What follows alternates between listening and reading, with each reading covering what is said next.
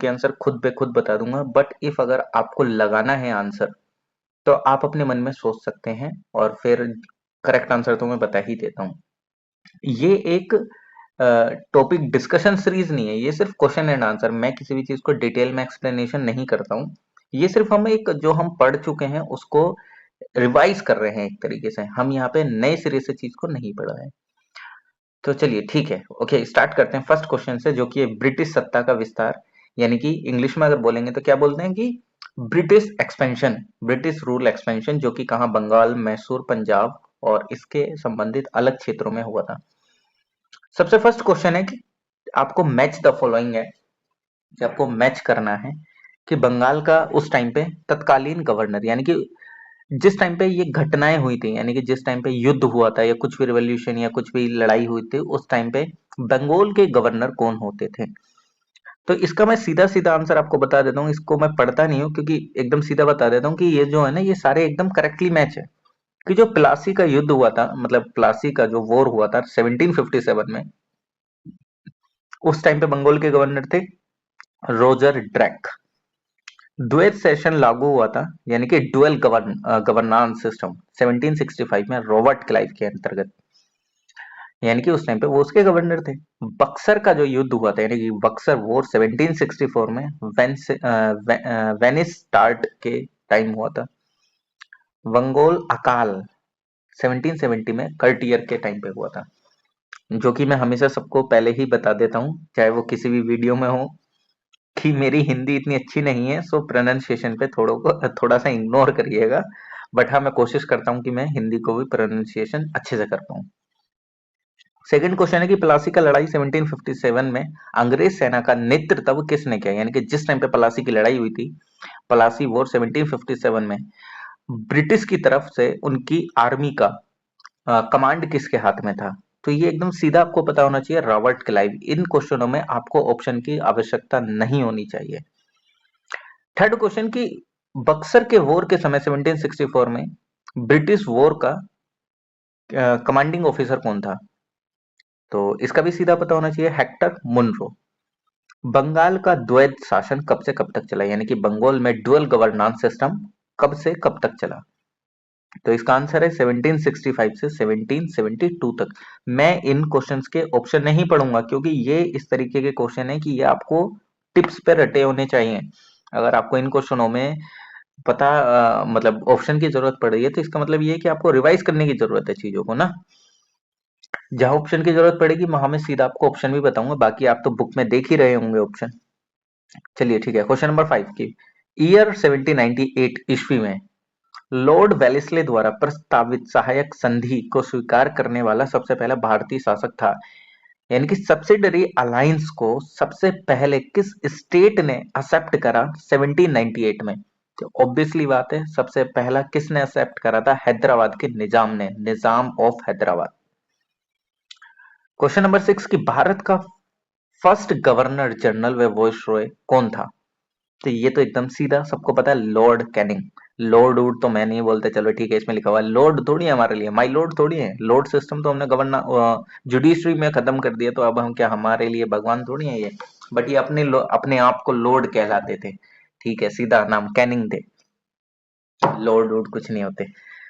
Question number 7 की तीसरे Anglo Mysore युद्ध को रोकने के लिए टीपू सुल्तान ने अंग्रेजों के साथ कौन सी संधि की, यानी कि जो थर्ड एंग्लो मैसूर वॉर चल रहा था उसको टीपू सुल्तान ने जो रोका था, तो उसने ब्रिटिशर्स के साथ कौन सी ट्रीटी की थी।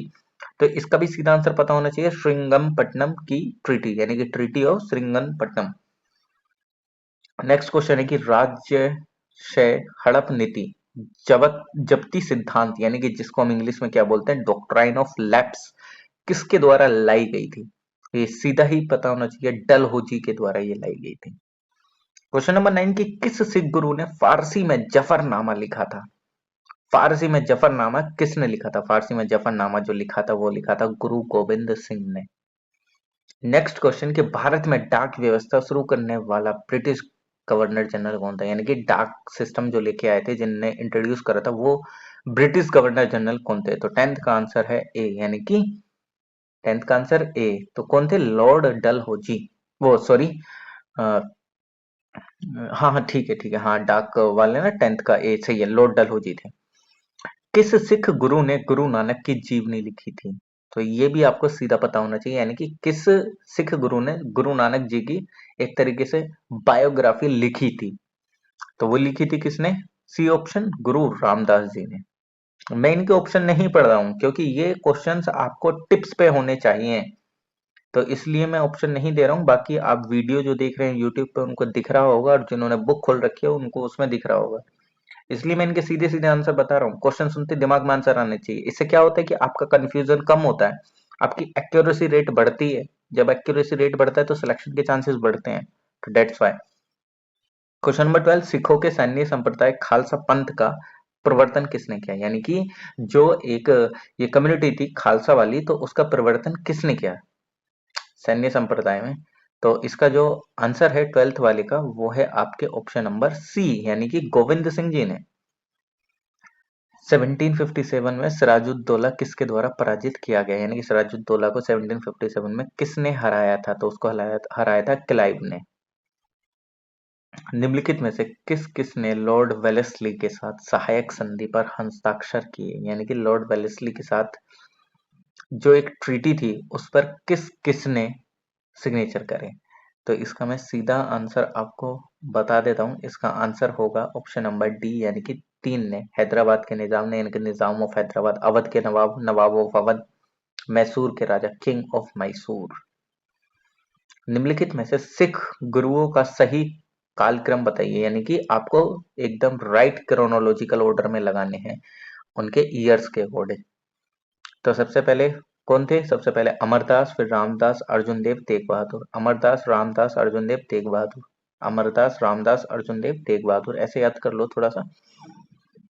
और ये वीडियो आपको 2 से 3 बार थोड़ा सा देखना पड़ेगा रिपीटेटिव मोड पे, तभी जाके ये आपको चीजें ध्यान रह पाएंगी, क्योंकि ये है एक फैक्ट, और फैक्ट कभी भी एक साथ ध्यान नहीं रहते हैं।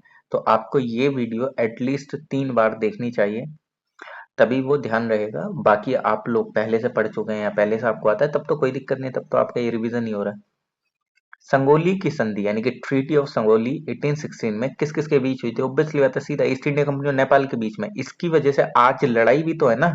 क्या होता है, जो 3 एरिया लिम्पियाधुरा है कि नहीं, लिम्पियाधुरा कहाँ उत्तराखंड में आता है, उसको उत्तराखंड के पास जो दर्रा है एक तरीके से, और काला पानी, और एक और है तीसरा वाला, मेरा नाम ध्यान नहीं आ रहा है, तो उस पे आज भी क्लेम नेपाल करता है, हम इंडिया अपना क्लेम करता है। तो वो क्या, ट्रीटी ऑफ सगोली के थ्रू, क्योंकि ट्रीटी ऑफ सगोली डिसाइड करी गई थी नदी के पानी के ऊपर, नदी के बहाव के ऊपर, जिसकी वजह से उसका क्या हो गया, उसका जो फ्लो है वो चेंज हुआ, फ्लो चेंज हुआ तो फिर वो दिक्कतें आने लगी। जैसे मैं पहले भी बता चुका हूँ कि अफ्रीका में युद्ध का कारण क्यों होता है इतना ज्यादा, और बेसिकली नॉर्थ ईस्ट में क्यों इतना ज्यादा युद्ध का कारण हो चुका होता है, या चाइना और इंडिया में क्यों होता है। तो उसके पीछे काफी सारी चीजें वर्क करते हैं। चलो ठीक है, अभी तो हम हिस्ट्री कर रहे हैं, और किसी दिन डिटेल में दूसरे किसी सेशन में बताऊंगा। टीपू सुल्तान की जो मृत्यु हुई थी 1799 ईस्वी में, वो कहाँ हुई थी? मैसूर में, कुर्ग में, श्रृंगापट्टनम में, या वांडीवोश में? तो टीपू सुल्तान की जो डेथ हुई थी वो हुई थी कहाँ? श्रृंगपट्टनम में। और इससे रिलेटेड ट्रीटी भी थी ना, ट्रीटी ऑफ श्रृंगपट्टनम, अभी हमने ऊपर पढ़ी है। क्वेश्चन नंबर 18 की डॉक्ट्राइन ऑफ लैप्स के अंतर्गत कौन से भारतीय राज्य कब्जे में किए गए थे? डॉक्ट्राइन ऑफ लैप्स के अंदर में कौन कौन से राज्य आए थे? इन जैसे क्वेश्चन के लिए ऑप्शन की जरूरत है, क्योंकि क्या पता ऑप्शन में किस और शहर का नाम दे दे, है कि नहीं? तो ए ऑप्शन है झांसी नागपुर व त्रावणकोर, बी ऑप्शन है झांसी नागपुर व सतारा, सी झांसी सतारा व मैसूर, डी मैसूर सतारा व भावनगर। तो इसका जो आंसर है वो है बी, यानी कि झांसी नागपुर व सतारा डिस्ट्रिक्ट, सतारा एरिया डिस्ट्रिक्ट बोल रहा हूँ, सॉरी। क्वेश्चन नंबर 19, ठगी प्रथा के उन्मूलन से संबंध गवर्नर जनरल थे, कौन थे? वो थे आपके वेंटिक। 20, वडियार के शासक थे। वडियार, वडियार क्या है आज का वडियार? समझ रहे हो ना, मैसूर वाले, वो जो उधर साइड में कर्नाटक, विजयनगर वगैरह ये सारा जो आता है, तो उस टाइम के शासक कौन थे वडियार के? तो वो थे मैसूर रियासत, वो सॉरी मैसूर रियासत के शासक थे ना वडियार। मैंने स्टार्टिंग में बोल दिया था, चलिए ठीक है कोई नहीं। टीपू सुल्तान की राजधानी थी, टीपू सुल्तान की राजधानी आपको वही यार श्रृंगपट्टनम, यही उनकी डेथ हुई थी, सीधा सीधा। क्लाइव को बंगाल का गवर्नर बनाया गया था? स्टार्टिंग में अभी दूसरा तीसरा क्वेश्चन पढ़ा था इससे रिलेटेड, तो इसका आंसर क्या है? Option number C, Bangalore. वो सॉरी, 1758 ईस्वी, यानी कि क्लाइव को बंगाल का गवर्नर बनाया कब था? 1758 में। नेक्स्ट क्वेश्चन पे चलते हैं कि भारत का प्रथम गवर्नर जनरल था, यानी कि first governor general of India कौन थे? तो वो थे विलियम बेंटिक। ड्यूअल गवर्नेंस यानी कि द्वैध शासन नीति को किसने समाप्त किया था, यानी कि ड्यूअल गवर्नेंस सिस्टम को किसने एंड किया था? तो क्वेश्चन नंबर 24 का आंसर है सी, वॉरेन हेस्टिंग ने करा था। क्वेश्चन नंबर 25 की अंग्रेजों का सर्वाधिक विरोध किसने किया था, यानी कि सबसे ज्यादा ब्रिटिशर्स का अपोजिशन करने वाले कौन थे? तो सबसे ज्यादा जो विरोध करा था वो करा था आपके मराठाओं ने। क्वेश्चन नंबर 26 की प्लासी का युद्ध जो हुआ था, प्लासी वॉर 1757 ईस्वी में, अत्यधिक ऐतिहासिक महत्व का था क्योंकि, यानी कि ये हमारे लिए बहुत ज्यादा हिस्टोरिकल इंपॉर्टेंस रोल प्ले करता है प्लासी वॉर 1757। तो ऐसा क्यों?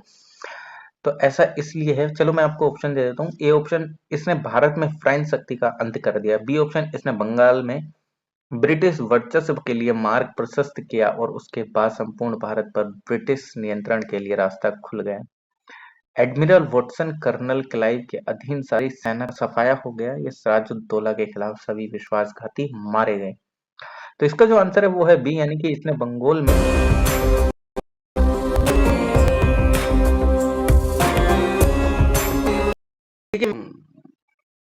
क्वेश्चन, आवाज आ रही है ना मेरी? Am I audible? हाँ ठीक है, आ रही होगी। तो मैं ये वाला क्वेश्चन कर रहा था, प्लासी का युद्ध 1757 अत्यधिक ऐतिहासिक महत्व का था क्योंकि, यानी कि प्लासी वॉर क्यों इंपॉर्टेंस रखता है? तो मैं इसका सीधा आंसर बता देता हूँ। वो इंपॉर्टेंस इसलिए रखता है कि इसने बंगाल में ब्रिटिश वर्चस्व के लिए मार्ग प्रशस्त किया, यानी कि इसने ब्रिटिश के लिए बंगाल में एक रास्ता खोल दिया था। और फिर उसके बाद उन्होंने धीरे धीरे ब्रिटिशर्स ने पूरे भारत पर अपना नियंत्रण करना चालू कर दिया। क्वेश्चन नंबर 27 की ब्रिटिश सरकार भारतीयों को आधुनिक शिक्षा देना चाहती थी, इसमें उनका क्या उद्देश्य था? उनमें उनका क्या उद्देश्य क्या था? एक तरीके से वो सबको मॉडर्न एजुकेशन दे रहे थे, तो भाई उनका कुछ ना कुछ तो फायदा होगा, बिना उसके फायदे के तो वो कुछ भी नहीं करें। तो इसका क्या है? भारत में अपनी राजनीतिक सत्ता की नींव सुदृढ़ करना, यानी कि अपने को और ज्यादा अच्छी तरीके से वहां पे मतलब बैठा देना एक तरीके से। प्रशासनिक अव्यवस्था कुशासन के आधार पर डलहौजी ने किस राज्य को ब्रिटिश साम्राज्य में मिलाया था? अवध, उड़ीसा, बर्मा, संयुक्त प्रांत, यानी कि संयुक्त प्रांत का मतलब क्या है? United province. 28 का आंसर है ए, यानी कि अवध को। आदि ग्रंथ किसने संकलित किया था? गुरु नानक, गुरु रामदास, गुरु अर्जन, गुरु गोविंद सिंह, यानी आदि ग्रंथ किसने बनाया था एक तरीके से? तो इसका आंसर है सी, गुरु अर्जन ने। 30, यानी कि भारत में आधुनिक शिक्षा प्रणाली की नींव किससे पड़ी, यानी कि कौन सी ऐसी चीज थी जिससे मॉडर्न एजुकेशन हमारे यहाँ प्रचलन में आई? तो एक ही चीज है, वो तो हम स्पेक्ट्रम में सीधा सीधा लाइन भी पढ़ते हैं, 1835 के मैकोले मिनट्स के थ्रू। इसके पीछे का आपको रीजन पता है? Why it is called minute, minutes, जो भी आप बोलते हैं, why it is called Macaulay minutes या मिनट, जो भी प्रोनाउंसिएशन आपका है। चलिए बताऊंगा इसका रीजन भी। नेक्स्ट, निम्नलिखित का सही मतलब कुल मिलाकर क्रोनोलॉजिकल ऑर्डर लगाना है, कौन पहले था कौन बाद में था। तो मैं आंसर बताता हूँ। सबसे पहले थे रॉबर्ट क्लाइव, फिर थे वेनिस स्टार्ट, फिर थे कर्टियर, फिर थे वॉरेन हेस्टिंग। भारत में ईस्ट इंडिया कंपनी का सफलता का राज था, सफलता का राज था ऑप्शन नंबर डी, उपयुक्त तीनों, यानी कि कौन कौन सा? भारत में राष्ट्रीय भावना की कमी, कंपनी की सेना को पश्चिमी प्रशिक्षण मिला था तथा उनके पास आधुनिक हथियार थे, भारतीय सैनिकों में राष्ट्रीय भावना का अभाव। क्वेश्चन नंबर 33, भारत में निम्न वायसरॉय में से किसके काल में Indian penal code, civil procedure code और क्रिमिनल प्रोसीजर कोड पारित किए गए, जो कि अब आके उनमें से चेंज कर दिए गए हैं कुछ, जैसे आईपीसी आया, सिविल सर्विसेज प्रोसीजर कोड आया, क्रिमिनल प्रोसीजर कोड आया। तो ये कौन लेके आया था? ये तो एक ही व्यक्ति था जो ये सारी चीजें लेके आया, लॉर्ड कैनिंग। नेक्स्ट क्वेश्चन, इनमें से ब्रिटिश सरकार का वह गवर्नर जनरल कौन था जिसने भारत में डाक टिकट शुरू किए थे, यानी कि डाक टिकट को शुरू करने वाला कौन व्यक्ति था? तो क्वेश्चन नंबर 34 का जो आंसर है वो है ए यानी कि लॉर्ड डलहौजी। क्वेश्चन नंबर 35 यानी कि सती प्रथा का अंत करने तथा ठगी को समाप्त करने का श्रेय किसको जाता है? तो इसका जो श्रेय जाता है वो जाता है लॉर्ड विलियम बेंटिक को। निम्नलिखित में से अवध के स्वायत्त राज्य का संस्थापक कौन था? यानी कि अवध के राज्य का संस्थापक फाउंडर कौन था एक तरीके से? तो क्वेश्चन नंबर 36 का है बी यानी कि कौन था संस्थापक? सादत खां बुरहान उल मुल्क। एक बार मैं चेक करता हूँ यार, अब वॉइस जा रही है कि नहीं जा रही है, कई बार वो चेंज हो जाती है। हाँ सूरज सर, मैं हिंदी इंग्लिश में कर रहा हूँ। मैं इंग्लिश में भी बता रहा हूँ, जहाँ पे कोई भी शब्द ऐसा लगे तो आप जरूर मेरे को बता सकते हैं बीच में। तो मैं कौन सा क्वेश्चन कर रहा था? Question number 37। निम्नलिखित में से किसने मीर कासिम तथा सुजाउद्दौला के साथ मिलकर अंग्रेजों ईस्ट इंडिया पर युद्ध घोषित किया और वे बाद में बक्सर के युद्ध में अंग्रेजों से पराजित हुए? यानी कि कुल मिलाकर ये पूछा गया है कि इनमें से किसने, यानी कि जो मीर कासिम थे और जो दूसरे थे सुजाउद्दौला, दोनों आपस में मिलकर और जो ब्रिटिश ईस्ट इंडिया कंपनी थी उस पर वॉर की अनाउंसमेंट कर दी थी, और वो बाद में जो बैटल ऑफ बक्सर हुआ था वो फिर उसमें जाके अंग्रेजों से यानी कि ब्रिटिशर से हार गए थे। तो इस 37 का जो आंसर है वो है ऑप्शन नंबर डी यानी कि Shah Alam second. East India company और बंगाल के नवाब के बीच जब प्लासी का युद्ध हुआ उस समय मुगल सम्राट कौन था? यानी कि जिस टाइम पे प्लासी वॉर हुआ उस टाइम पे मुगल एम्परर कौन था?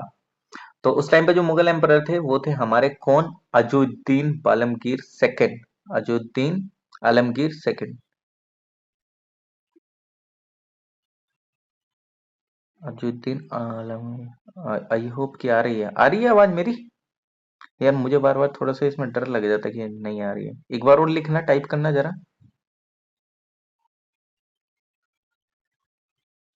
Okay okay okay okay okay. चलिए ठीक है। ईस्ट इंडिया कंपनी के नेतृत्व में रॉबर्ट क्लाइव का उत्तराधिकारी निम्नलिखित में से कौन था? यानी कि रॉबर्ट क्लाइव का बाद कौन आया था ईस्ट इंडिया कंपनी के नेतृत्व में? अगर देखा जाए तो रॉबर्ट क्लाइव के बाद कुल मिला के कौन आया था? सिंपल सा ये बताना है। हेस्टिंग। Question number 40। नवाब सिराजुद्दौला एवं ईस्ट इंडिया कंपनी के बीच संघर्ष का प्रमुख कारण था? यानी कि नवाब सिराजुद्दौला और ईस्ट इंडिया कंपनी के बीच एक ऐसा रीजन बताओ जो कि सबसे बड़ा था लड़ाई का या संघर्ष का एक तरीके से। तो 40 वाले क्वेश्चन का आंसर है आपके क्या? बी यानी कि अंग्रेजों ने व्यापार छूटों का दुरुपयोग किया। यानी कि उनको जो ट्रेड में उनको परमिशन दी गई थी उसका बहुत ज्यादा उन्होंने मिसयूज करा था। क्वेश्चन नंबर 41 की प्लासी के युद्ध में केवल कुछ सरदारों ने सिराजुद्दौला का साथ दिया, वे सरदार निम्न में से कौन थे? कौन कौन से वो सरदार थे जिन्होंने प्लासी के युद्ध में सिराजुद्दौला का साथ दिया था? तो मैं इसका सीधा आंसर बता देता हूँ इन सबके। तो वो थे मोहनलाल और खादिम खां। ओके। नेक्स्ट क्वेश्चन है कि काल कोठरी यानी कि ब्लैक होल की घटना जिसमें 146 में से 123 लोग एक छोटी कोठरी में बंद कर दिए जाने के कारण मर गए थे, कहाँ घटी थी? ये वाली जो घटना थी ये हम स्पेक्ट्रम में पढ़ते हैं, और ये मेरे को ध्यान है क्योंकि मैंने इसको हाईलाइट भी करा था। शायद ये स्टार्टिंग में ही 124 125 पेज के आसपास है जिस टाइम पे आता है, ये राइट हैंड साइड वाले पेज पे, और शायद मिडिल का सेकंड पैराग्राफ है। हाँ ठीक है। 42nd वाला जो है इसका आंसर है क्या? 42nd वाले का ढाका में ये हुआ था। 43। प्लासी के युद्ध के बाद भारत के लिए शाश्वत दुख की काली रात का आरंभ हुआ, यह किस बंगला कवि का कथन है? यानी कि ये जो लाइन है ये किस बंगाल पोइट ने बोली है? ये बोली है नवीन चंद्र सेन जी ने। 44 के किस इतिहासकार ने 1765 ईस्वी से 1772 ईस्वी तक कंपनी के राज्य को द्वैध शासन के काल को डाकुओं का राज्य की संज्ञा दी है? तो 44 का जो आंसर है वो है आपके ऑप्शन नंबर बी यानी कि के एम पडिक्कर को। ठीक है, के एम पडिक्कर को। रिंग फेंस पॉलिसी जिसको हिंदी में बोला जाता है सुरक्षा प्रकोष्ठ नीति संबंधित है, ये कौन लेके आया था? 45 वाला का आंसर है वॉरेन हेस्टिंग। इलाहाबाद की संधि 1765 के बाद रॉबर्ट क्लाइव ने मुर्शिदाबाद का उपदीवान किसे बनाया था? इनकी ट्रीटी ऑफ इलाहाबाद के बाद रॉबर्ट क्लाइव ने मुर्शिदाबाद का उपदीवान यानी कि उनके अंडर में किसे बनाया था? तो 46 का आंसर है इसमें ए यानी कि मोहम्मद रजा खान। ओके,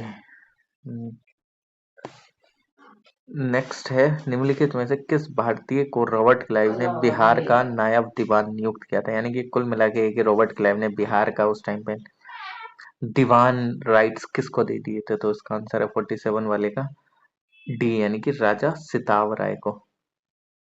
रणजीत सिंह ने सुप्रसिद्ध कोहिनूर हीरा प्राप्त किया था कहाँ से? मतलब एक सेकेंड, जो ये रणजीत सिंह थे तो उन्होंने ये कोहिनूर हीरा लिया था ना, किससे ले लिया था ये?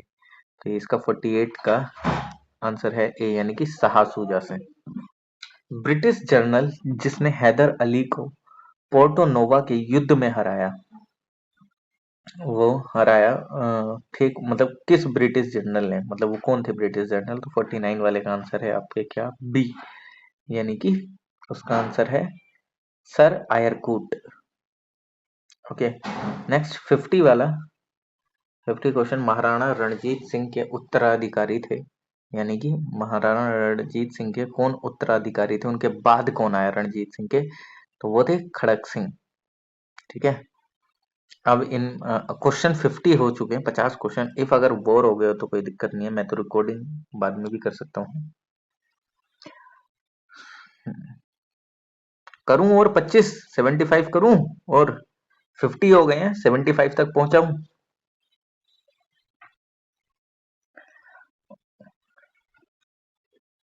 ठीक है, 75 तक पहुंचा देते हैं, क्योंकि देखो बोर होने लगते हैं जब ज्यादा फैक्ट आने लगते हैं तो। बट ठीक है, शायद आप लोग बोर ना हुए हों। 51 वाले क्वेश्चन को देखते हैं। 51 वाला जो क्वेश्चन है उसमें आपको बताना है कौन सा इसमें सही मैच नहीं है।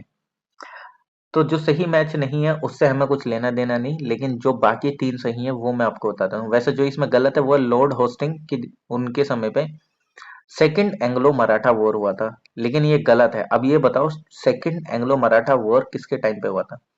बाकी के जो 3 सही है वो मैं आपको बताता हूँ।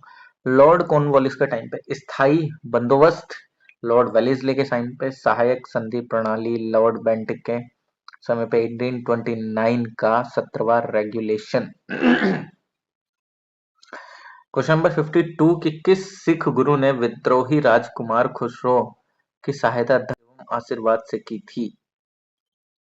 तो मतलब किस सिख गुरु ने विद्रोही राजकुमार खुसरो की सहायता धन एवं आशीर्वाद, मतलब कुल मिला के ये है कि खुसरो को किस सिख गुरु ने आशीर्वाद और पैसा दिया था, इकोनॉमिकली सपोर्ट करा था? तो वो थे गुरु अर्जन देव। सबसे अधिक निर्णायक युद्ध जिसने, हेलो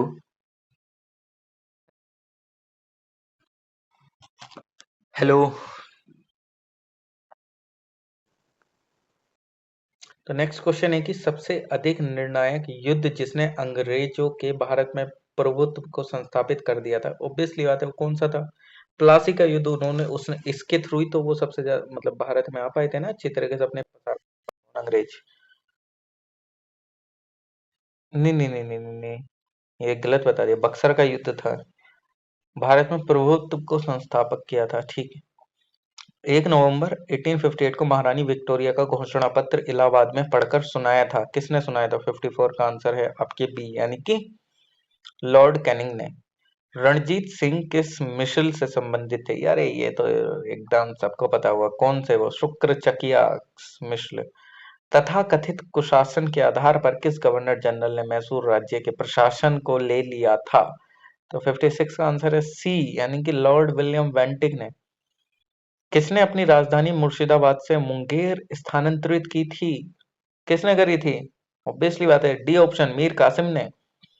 किसकी समाधि के कारण नंदेर गुरुद्वारा सिखों द्वारा पवित्र माना जाता है? नांदेर जो गुरुद्वारा है वो पवित्र माना जाता है। तो इसका आंसर क्या है? डी ऑप्शन, गुरु गोविंद सिंह जी के।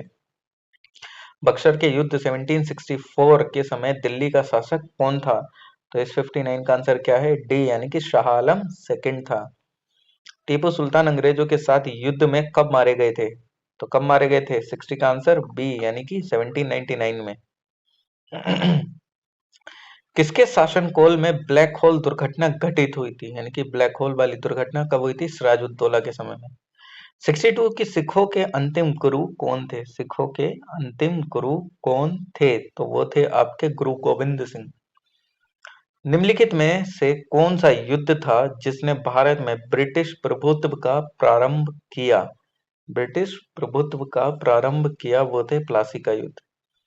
डिंडीगुल नामक है, डिंडीगुल लोग भी आते हैं कहाँ? तमिलनाडु के है ना। तो डिंडीगुल क्या है फिर? एक तमिलनाडु में एक नगर है, तो वहां के ताले फेमस है ना। डिंडीगुल लोग जीआई टैग है इनको। बंगाल के किस गवर्नर के समय में सरकारी खजाना मुर्शिदाबाद से कलकत्ता स्थानांतरित किया था? तो इसका था डी ऑप्शन यानी कि वॉरेन हेस्टिंग के समय। किस अधिनियम के तहत वॉरेन हेस्टिंग बंगाल के प्रथम जनरल बनाए गए? तो 66 वाले का जो आंसर है वो है ए यानी कि 1773 रेगुलेटिंग एक्ट। किसके समय में कलकत्ता में प्रथम न्यायालय की स्थापना की गई थी? तो 67 वाले का आंसर है ऑप्शन नंबर डी यानी कि वॉरेन हेस्टिंग। बंगाल के किस गवर्नर जनरल के काल में पिट्स इंडिया एक्ट पारित किया गया? तो 68 वाले का आंसर है ए यानी कि वॉरेन हेस्टिंग। अब ये आपको बताने, ये आपको टाइम पीरियड दे रखा है और ये बताने कि कौन सा युद्ध हुआ था उस टाइम पे, तो मैं इसका सीधा आंसर बता देता हूँ एकदम कि कौन सा सही है इसमें। 69 वाले का ऑप्शन है डी यानी कि सेकंड एंड थर्ड सही है। 1790 से 1792 के बीच में तृतीय मैसूर युद्ध हुआ था। 1824 से 26 के बीच में प्रथम एंग्लो बर्मा वॉर हुआ था। सिखों गुरुओं से संबंधित निम्नलिखित कथनों पर विचार कीजिए, तो इनमें से बताना कौन सा सही है।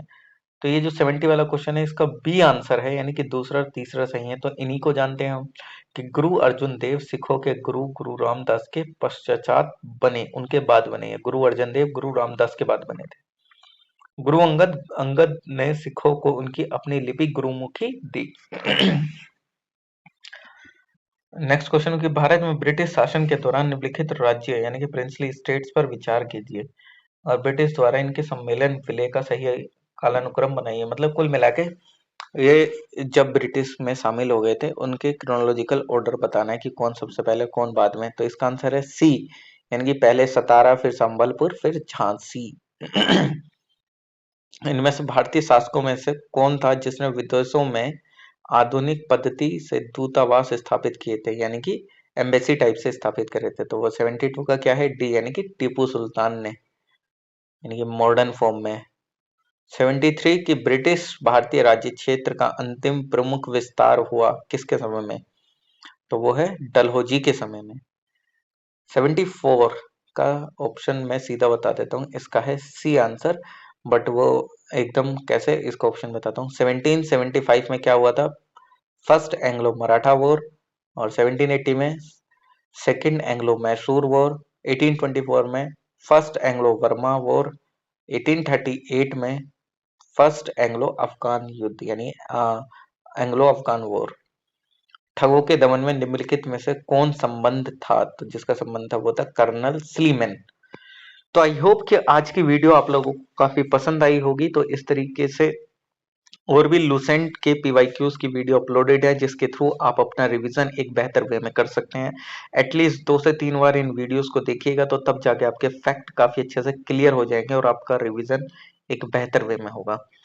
So stay tuned with me for upcoming videos. So please like, share, comment and subscribe. If अगर आपका कोई सजेशन हो तो प्लीज आप कमेंट सेक्शन में कमेंट कर सकते हैं। Thank you.